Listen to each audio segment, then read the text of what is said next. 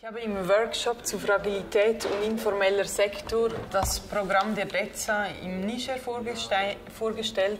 Es ist ein Programm der Berufsbildung im ländlichen Raum.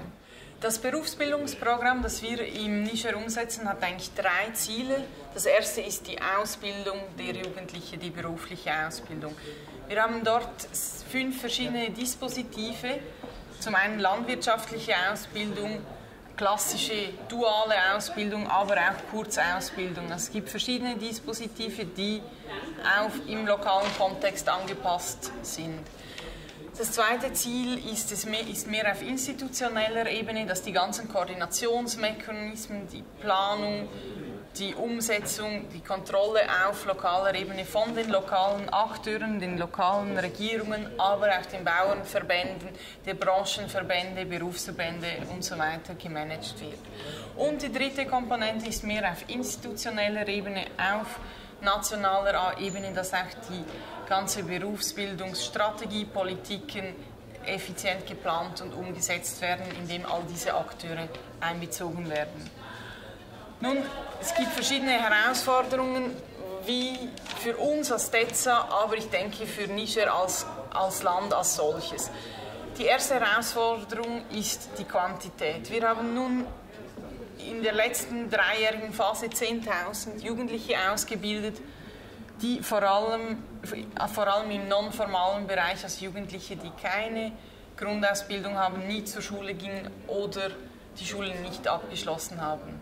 Nun geht es darum, wie können wir wirklich in der nächsten Phase viel mehr Jugendliche ausbilden und wie können wir den Staat dabei unterstützen. Die zweite Herausforderung ist die Qualität. Man muss möglichst viele Jugendliche ausbilden, aber es muss auch eine Qualität garantiert werden, was zum Beispiel die Ausbildung der Lehrmeister betrifft, die Qualität der Ausbildungen selbst, die Zertifizierung, die Kontrolle. Die dritte Herausforderung ist die Nachhaltigkeit. Von den 5 Dispositiven, die umgesetzt werden, ist bis jetzt eines vom Staat anerkannt, wird auch vom Staat finanziert, zertifiziert. Nun sind 2 weitere Dispositive im Prozess vom Staat anerkannt und gefördert zu werden. Und das ist wirklich die große Herausforderung. Wie können die Dispositive finanziell nachhaltig umgesetzt werden, dass es vom Staat, von den lokalen Regierungen, aber auch von den Berufsverbänden, von den Bauernorganisationen getragen werden kann. 4. Punkt, 4. Herausforderung ist die Finanzierung. Es braucht Finanzierungsmechanismen, sei es gemeinsame Finanzierungsmechanismen oder Fonds, die schon existieren, damit wirklich massiv mehr Geld in die Berufsbildung investiert wird. Die letzte Herausforderung, denke ich, ist die Valorisierung, die Anerkennung der Berufsbildung in der Gesellschaft.